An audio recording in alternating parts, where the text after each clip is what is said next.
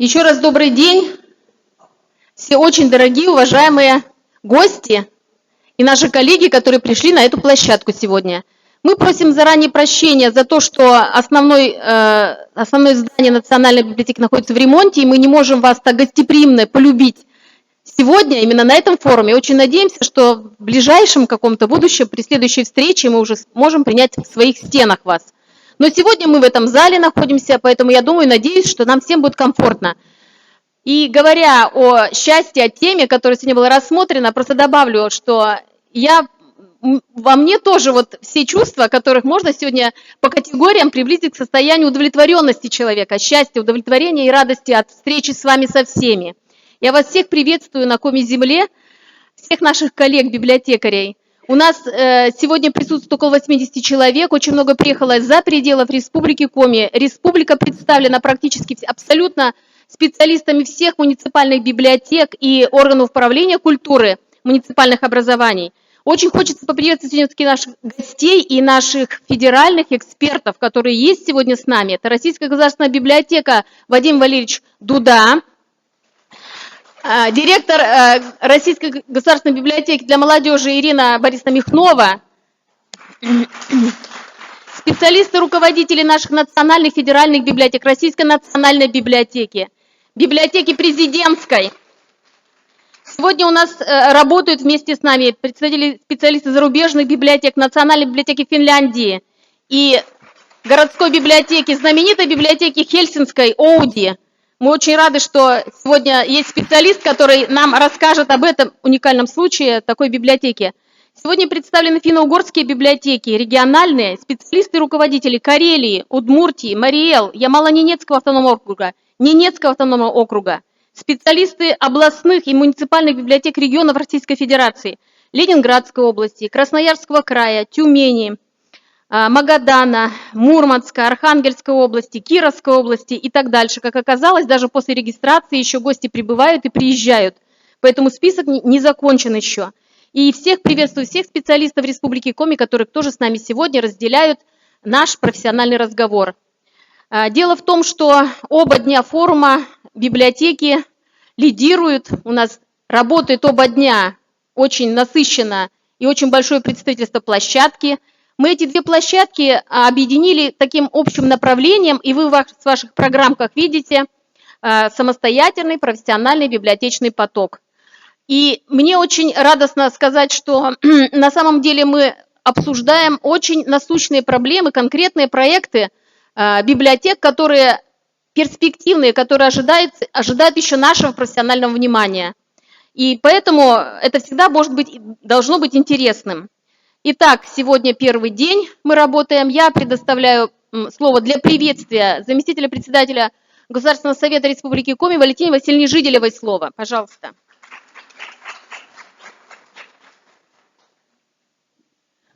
Уважаемый Вадим Валерьевич, уважаемые друзья, гости и организаторы третьего Северного культурного форума.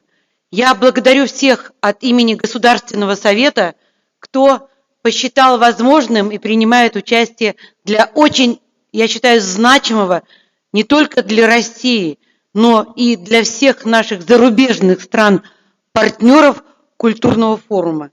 У нас было еще запланировано одно мероприятие, которое, к сожалению, вчера не смогло по очень объективной причине состояться. Это заседание Координационного совета по культуре Северо-Запада и Ассоциации парламентариев Северо-Запада по вопросам, как раз, которые вы в том числе будете обсуждать. А не состоялось, потому что сегодня по всей стране проходят сессии законодательных собраний субъектов Российской Федерации.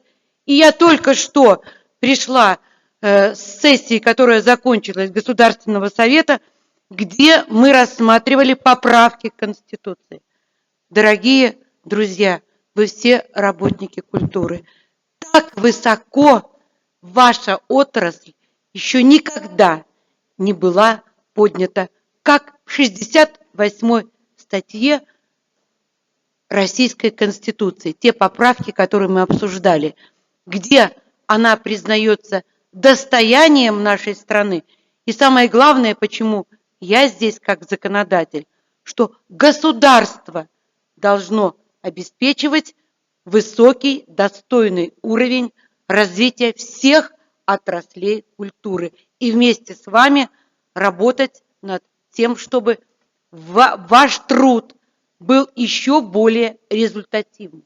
Так вот, мы, готовясь к нашему совещанию, практически вместе с нашей национальной библиотекой и попечительским советом Национальной библиотеки, членом которого я являюсь, попросили провести, уважаемый, может быть, к вам я сразу обращаюсь, Вадим Валерьевич, почему попросила это слово, исследование в год памяти и славы, который объявлен в Российской Федерации, мы посмотрели, как же укомплектованы наши муниципальные библиотеки именно книгами по этой тематике. Что нам необходимо сделать?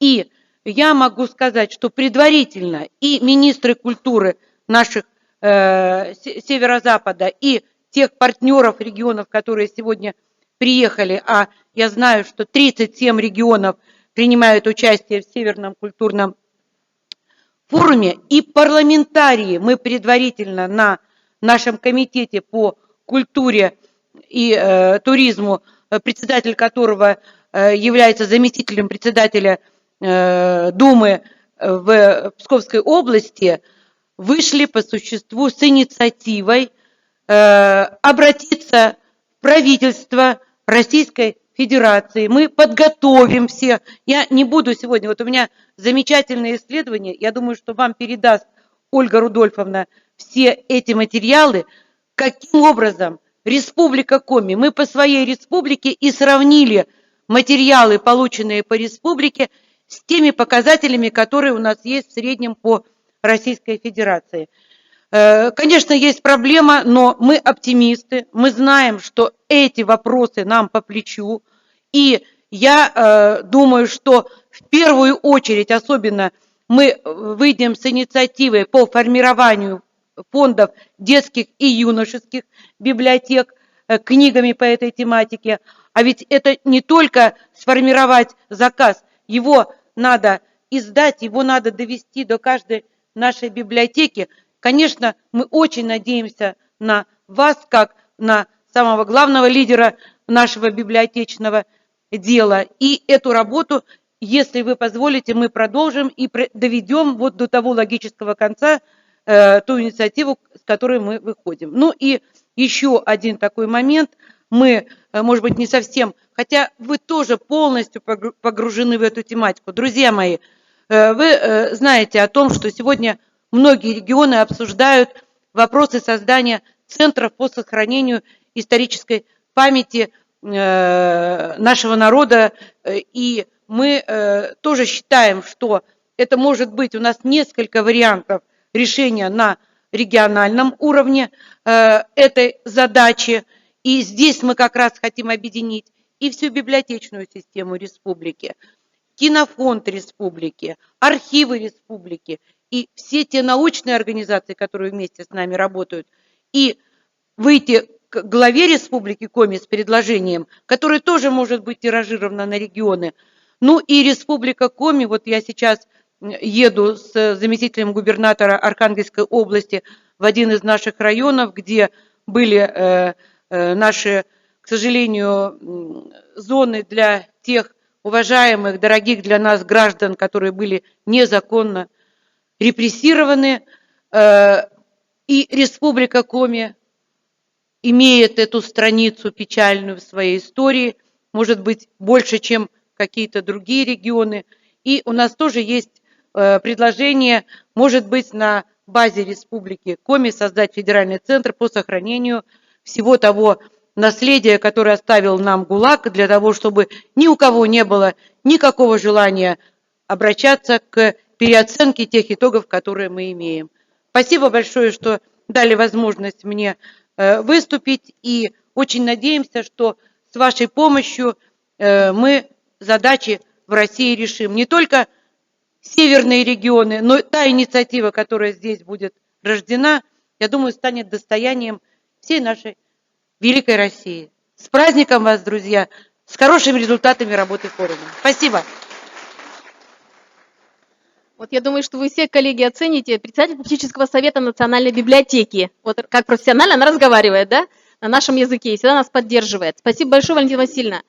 Итак, у нас начинаем все-таки мы работу первой площадки, первого дня, и право открыть рабочую программу, поприветствовать я предоставлю Вадиму Валерьевичу Дуде, генеральному директору Российской национальной библиотеки, Российской государственной библиотеки. Но, значит, с таким предложением. У нас у Вадима Валерьевича по программе две задачи. Вот первая – это поприветствовать нас всех, а вторая задача – выступить. Поскольку Вадим Валерьевич такая личность, которая очень востребована на других площадках, вот его ждут сейчас, уже ждут, дожидается на другой площадке, поэтому я предлагаю за один его выход объединить эти две миссии. И выступить, и поприветствовать, если вы не возражаете. И отпустить его на следующую площадку, чтобы он внес на следующей площадке свой весомый вклад в нашу культуру. Спасибо. Спасибо. Для меня, на самом деле, это большая честь выступить в такой аудитории. Коллеги, я бы хотел немножко интерактива внести вот в нашу такую дискуссию. После обеда нужно оживиться. Два варианта приветствия. Одно может быть более библиотечным, а одно может быть, как знаете, подведение итогов беседы о счастье. Потому что не хватило немножко итогов после пленарки. Про счастье? Как лучше?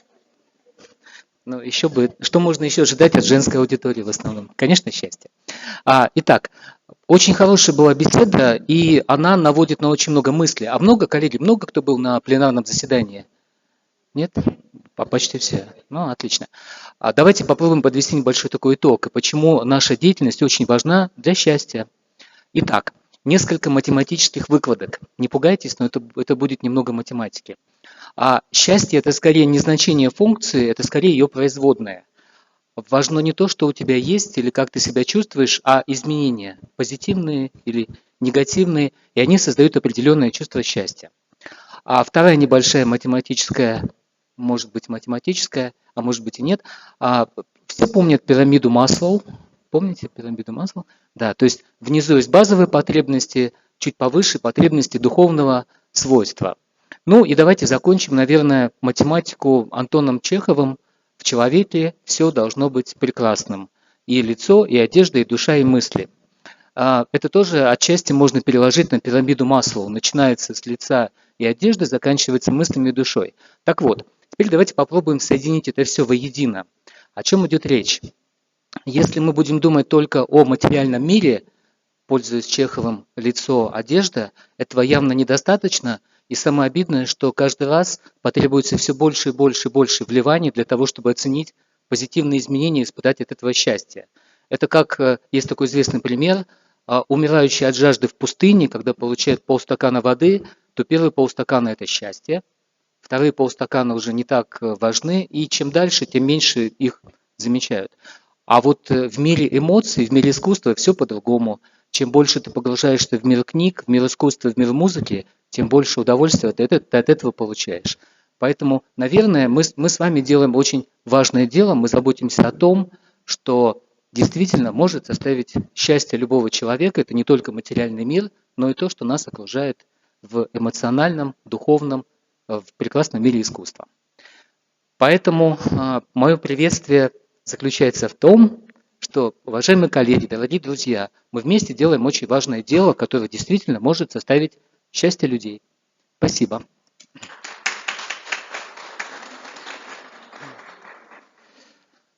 Теперь давайте немножко поговорим о библиотеках и поговорим об одном аспекте деятельности библиотеки. Очень известная фраза «думайте глобально, действуйте локально». Все знают эту фразу, но она имеет очень глубокий смысл даже для относительно небольших библиотек, потому что думать мы должны о том, как библиотека помогает решать задачи сообществ, и общества в целом, и локальных сообществ. Так как следующий доклад будет посвящен созданию финно-угорского центра на базе Национальной библиотеки Республики Коми, я бы хотел немножко поговорить на эту тему. Итак, мы уже познакомились, я пролистну этот слайд. Спасибо. Спасибо. Итак, библиотека должна и может быть успешной. Успех можно определить совершенно по-разному, но думаю, что все вы со мной согласитесь, что если библиотека не полна читателями, она точно не может быть успешной. Если у библиотеки нет достаточного внимания власти и поддержки власти, очень сложно обеспечить то, что мы можем назвать успехом. Ну и, конечно, общество, сообщество тоже должны поддерживать библиотеку. Я не стал переводить эту фразу, эту цитату, она так и осталась на английском, но звучит она примерно так. Хорошая работа не совершается в вакууме. Это всегда результат сознания, это всегда результат ума, связанного с другим умом. И мне кажется, библиотеки в нашем наполненном виртуальной реальностью мире как раз и должны стать такого рода площадками. Есть очень хорошее выражение, мне оно очень нравится, диджитоксикация. Мы немножко отравлены цифровым пространством, слишком много информации, слишком много поверхностной. Вполне может быть, что библиотеки должны стать диджи-детоксом, если можно так сказать, зонами отдыха от излишней токсикации. Давайте я пропущу этот слайд тоже. Итак, в последнее время очень такая заметная концепция развития деловых сообществ – это концепция экосистем. Это сообщества, состоящие из разнообразных субъектов, которые вместе добиваются заметных целей, заметных результатов. Зачем библиотекам нужна такая концепция? Совершенно очевидно, что мы живем не в вакууме, мы живем в государстве, мы живем в республике, в области, в местном сообществе. Хорошо бы понимать, как библиотека может встраиваться в контекст внешний и внутренний.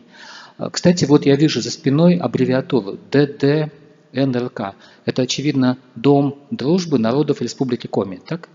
Вот. То есть мы очень хорошо попали в этот внутренний контекст.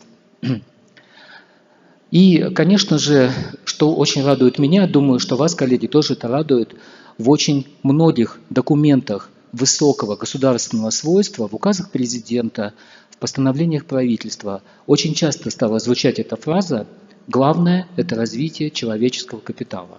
А это значит, что мы должны найти свое место в этом новом мире, в экономике знаний.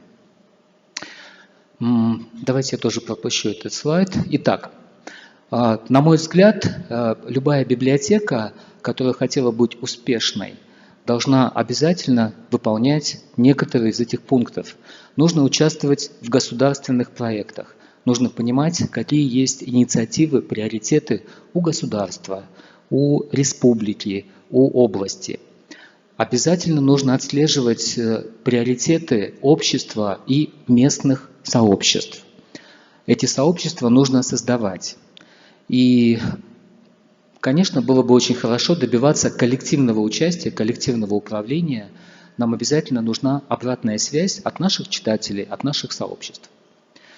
А теперь давайте немножко поговорим об историях успеха. Я буду говорить немного об иностранке, библиотеке иностранной литературы и немного о Ленинке. Итак, вы знаете, что международные культурные центры – это всегда было такой, в хорошем смысле, фишкой библиотеки иностранной литературы.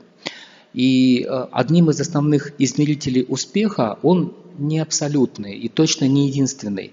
Это некий интегральный показатель успеха, был показатель аудитории, показатель посещения библиотеки. Но оговорюсь сразу же, посещение не вообще, не только посещение для участия в мастер-классе, в лекции, в выставке, а именно посещение библиотечных. В иностранке мы очень точно делили два этих потока. Что у нас получилось? Были открыты, я буду говорить о периоде 16-17 год, были открыты несколько международных культурных центров. Вот вверху слева вы видите открытие франкотеки.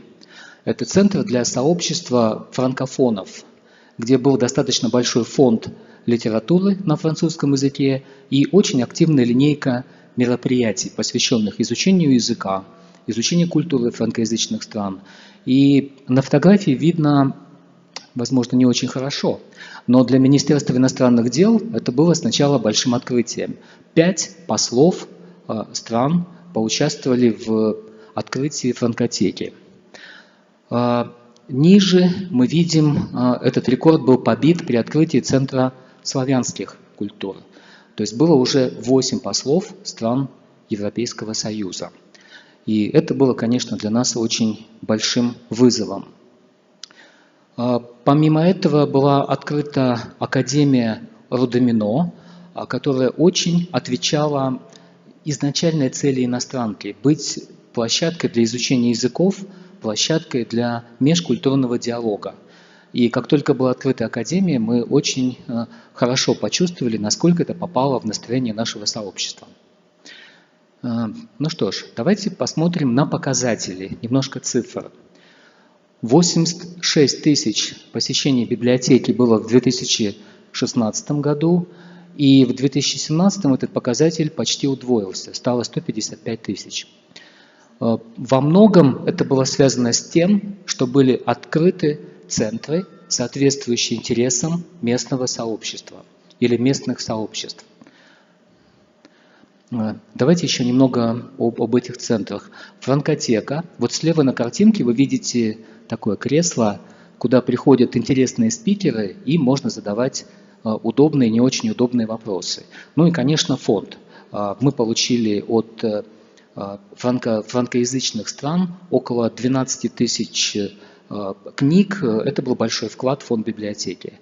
Я даже не буду пересчитывать это в деньги, это достаточно большой вклад.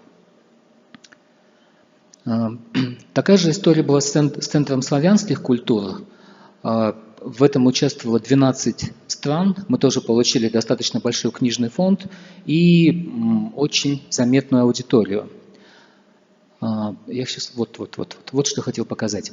Вот эти цифры по аудитории каждого из центров. Франкотека создала поток приблизительно в 20 тысяч посещений в год. Чуть меньше было в Центре славянских культур, около 12 тысяч. Но когда библиотека создает специальные выделенные центры под местное сообщество, чаще всего это оказывается очень успешным. Поэтому, когда мы услышали наверное, еще об этом проекте нужно мне рассказать. Это уже Ленинка. Как вы знаете, Ленинка является обладателем одного из крупнейших библиотечных фондов, наверное, в Европе, а может быть и в мире. И очень интересная часть нашего фонда находится в отделе рукописей.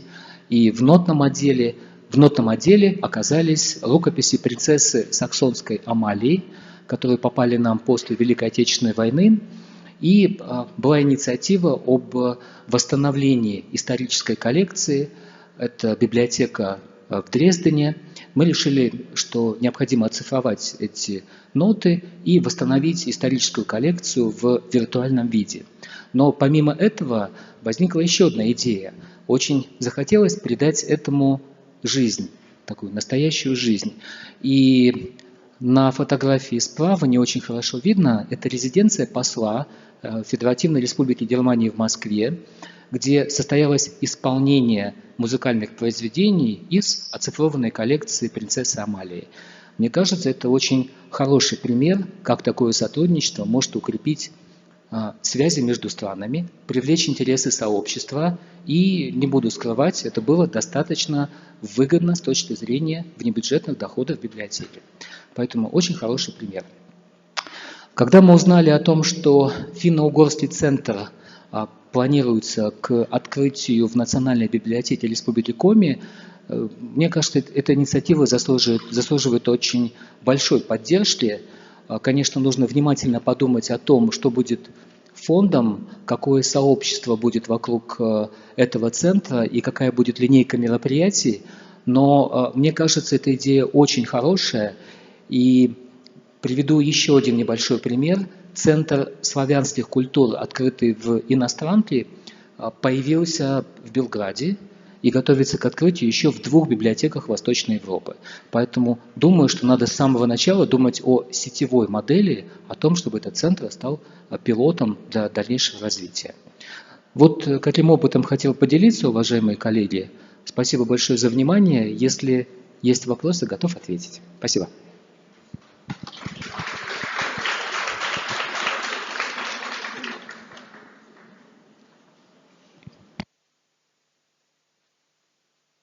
So, are there any questions to Mr. Duda?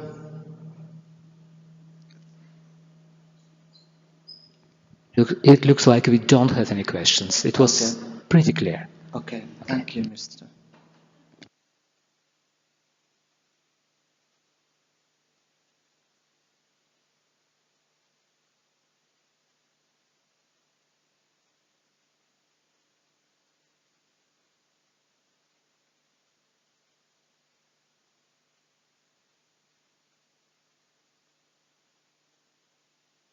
Делать сообщение о развитии проекта Национальной библиотеки, модельной библиотеки в России. Поэтому вот он продолжает по-прежнему нашу тему на наших площадках Северного форума.